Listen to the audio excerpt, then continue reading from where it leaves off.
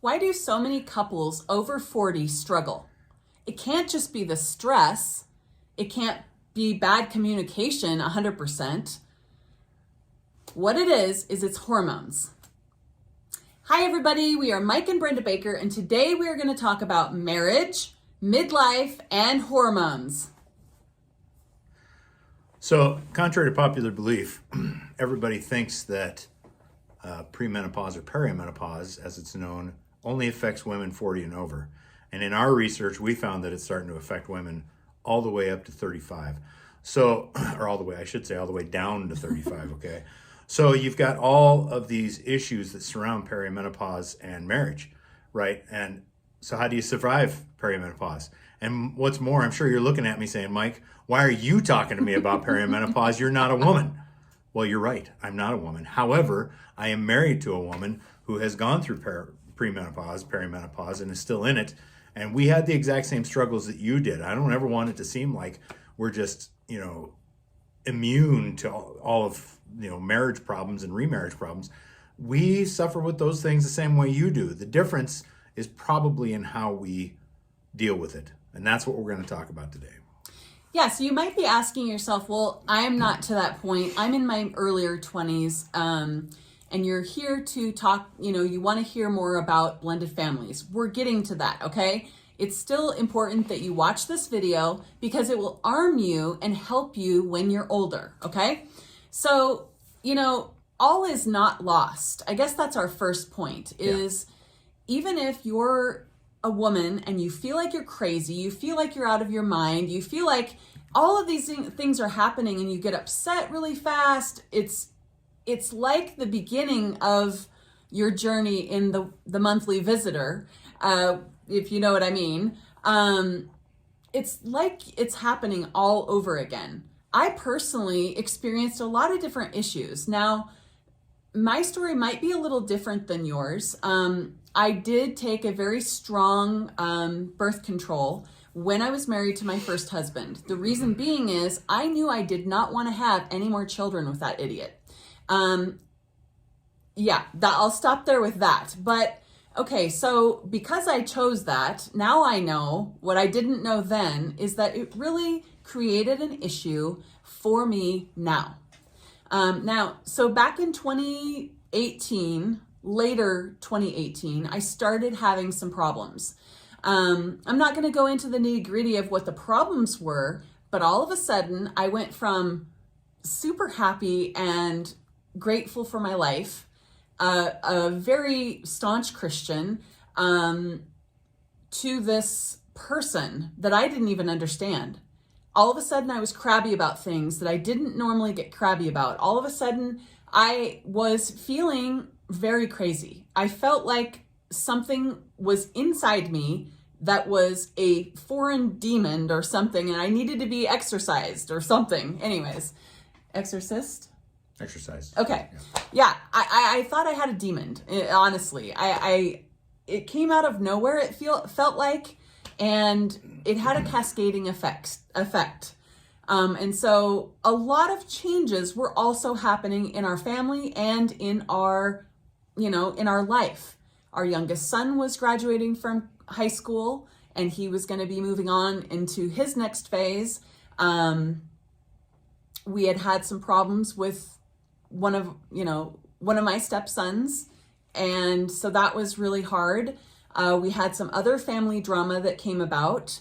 And just after that, in 2019, my dad passed away.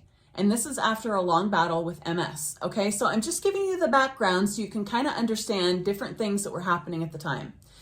And then I had a relationship that ended, and it was hard. It was a family member basically that died.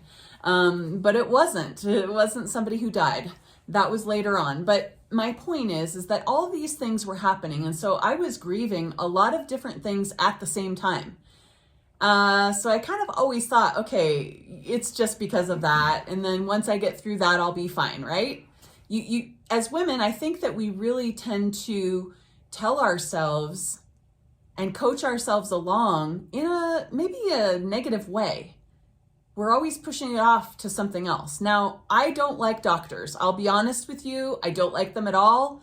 I hope I never have to go to one for anything because I'd rather die in a lot of ways. So I wasn't willing to go in and try to get it figured out. We did end up going to a natural person, and she helped me a lot. But that was mid 2020 before that happened. And so I struggled along for basically 2 years trying to figure out what was wrong.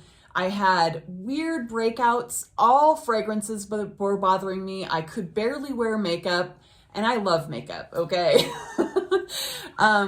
So let me get to my point. My point is that everything seemed like, oh, it's that reason. Oh, it's that reason. Now, those might have been contributing factors to how I was feeling and what was happening, but the marriage effect, the effect that it took on our marriage was, the toll that it took on our marriage was tough.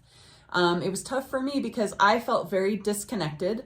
I felt very unable to tell Mike what I needed. He would constantly ask me and I'd be like, I don't know. I just don't know.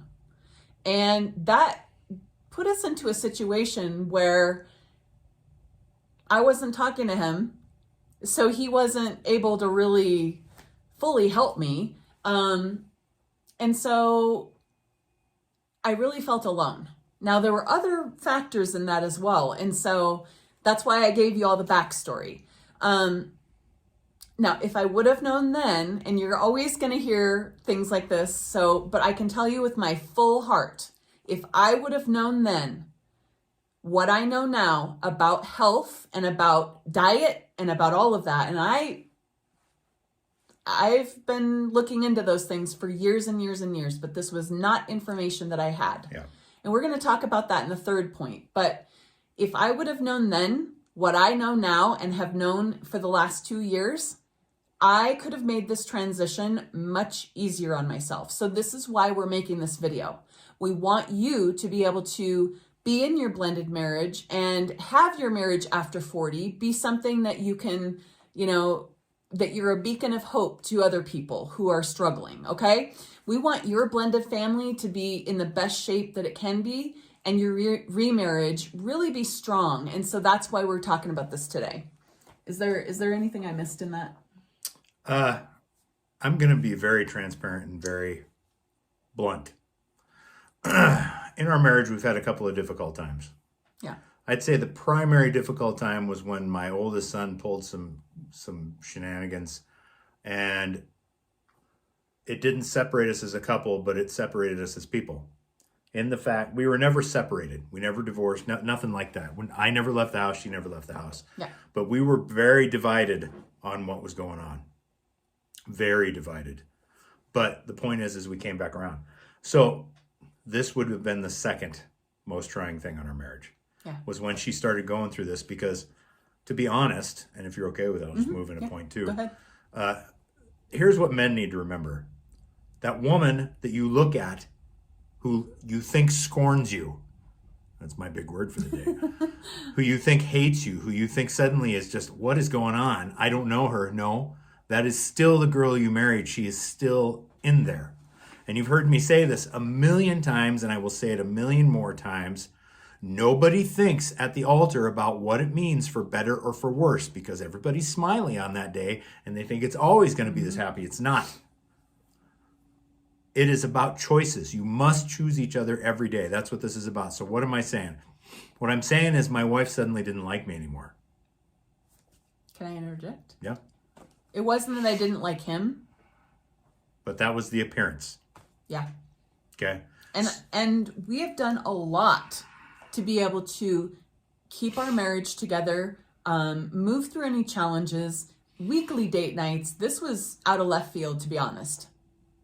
So here I'm going to say a couple things that'll probably trigger a few of you, but I need you to listen, to actually listen.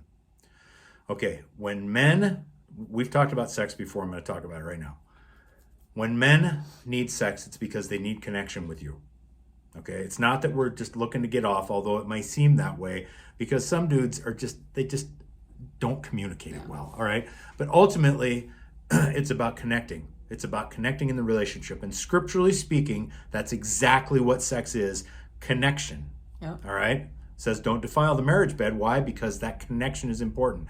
Don't put one another off. Why? Because that connection is important. So here we were. She hit perimenopause. We were reasonably sure that's what it was. We discussed it at length. However, she had times when she was just angry with me, and I legitimately didn't do anything. She was just angry. And the sex almost came to a standstill.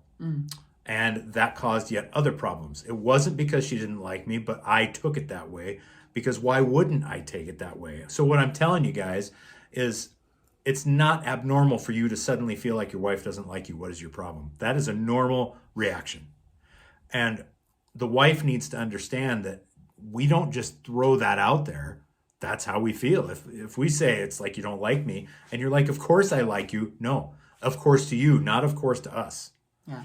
All right. Now, Brenda has always been, because we harp on the sex thing so much, we have always been proactive in that. Because here's something that might surprise you. I'm 54 years old. And although I've gotten a lot of my health back through diet and supplements, and we'll talk about that, there are times that I don't want to. Yes, there are times that my wife doesn't even know she's approached me, and I haven't been excitable. I don't know what you want to call it. However, I always move forward. I have never been sad that I moved with it. Okay, let's just say it that way. But it doesn't change the fact that for a while there, it got down to almost nothing. I felt dissed. She felt like I was just bugging her all the time. If I brought it up once every 2 weeks, then I was accused of bringing it up every day. These were just problems with what she was dealing with. Now, I, as the husband, I am obligated by Scripture to give her grace. Let me repeat that. I am obligated by Scripture to give her grace. This is what for better or worse means. It means that when she's not choosing me, I am still choosing her. And I'm not suggesting she wasn't choosing me, but my impression was she was not choosing me anymore. Did I think we were going to end in divorce? No. We established that a long, long time ago, that no matter how bad things have gotten pretty bad a couple times, we have never, ever entertained divorce.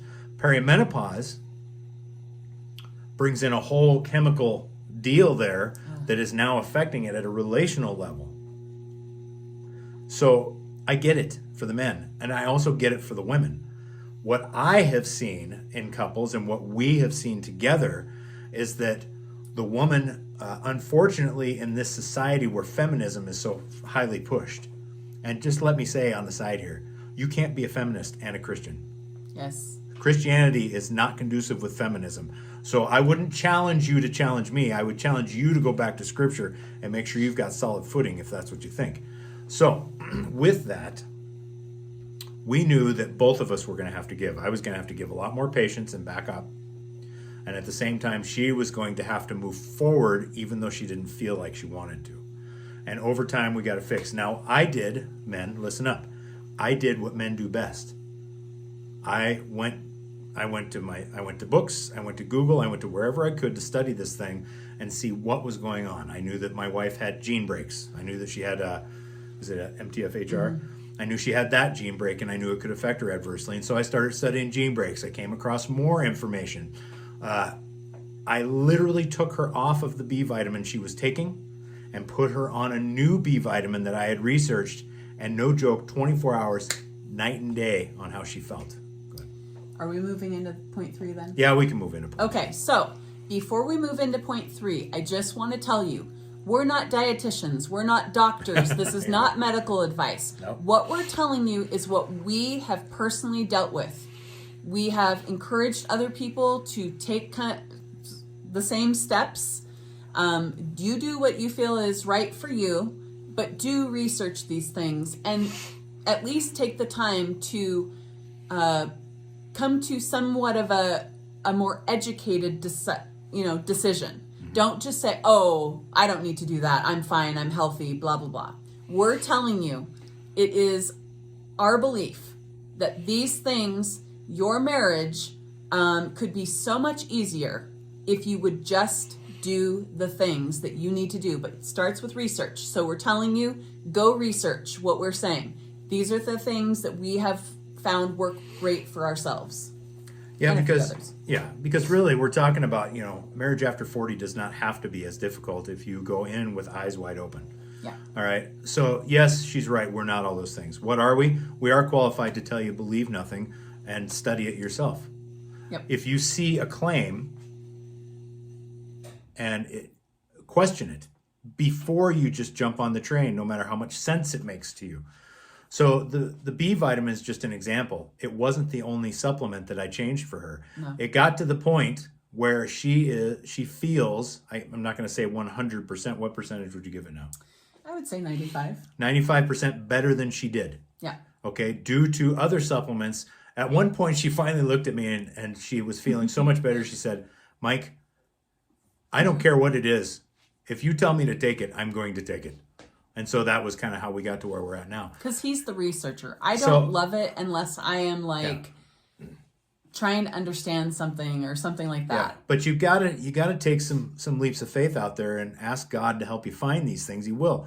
So the point here is, in my case, my wife knew me well enough to know that I wasn't just going to grab something off the shelf and hand it to her. No. I spent a lot of time looking at this stuff before I actually brought it to her. So men, get out of your wife's face and quit telling her what she needs to do. That's not what I did with Brenda. What I said was, don't you, as an example, don't you have this gene break? And she said, yeah. I said, well, I studied it. It means these things. I said, what do you know about it? And she told me what little she knew about it. I said, Not well, much. here's what I think based on what I've seen. We pulled her B vitamin out of the cupboard. She looked at it and said, oh, well, that's not here. I said, well, I found one that has it. Why don't we try it? And she was like, oh, okay. Because what I did was I approached it from a, hey, this makes sense. Not a, hey, I found this and you're dumb if you don't take it, which is kind of the attitude. Not that, ladies, you would be surprised how many times when men come to you and say something, it sounds like it's berating and belittling. It's not. That's how we talk to each other. And unfortunately, your husband hasn't figured out how to talk to you in a different way. But the point is he's not trying to. If he comes to you and says, hey, why don't we try this? It's because he cares. It's because he's trying to get his wife back. All right. So, but keep that in mind. And I was so overly tired of everything I'd been dealing with. I was more than happy that he took it upon himself to find out some information that I didn't have and honestly hadn't searched for. It was more energy than I wanted to spend on that thing. I didn't think it was going to make that big of a difference. Once I started taking the B vitamins that he chose, I cannot even tell you how much better I felt.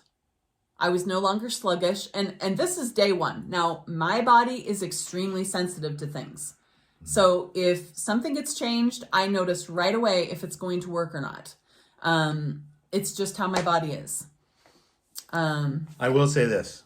I know you guys are probably curious what it is we take. We're actually going to do a class, we're putting together a class right now where we will cover those things in detail, reminding you yet again that we're not dietitians, not doctors, not physicians, not psychiatrists, not psychologists, not psychoanalysts. I mean, put a not on there. That's not us. What we are is married almost 30 years, and we can tell you what's worked for us. That's what we are.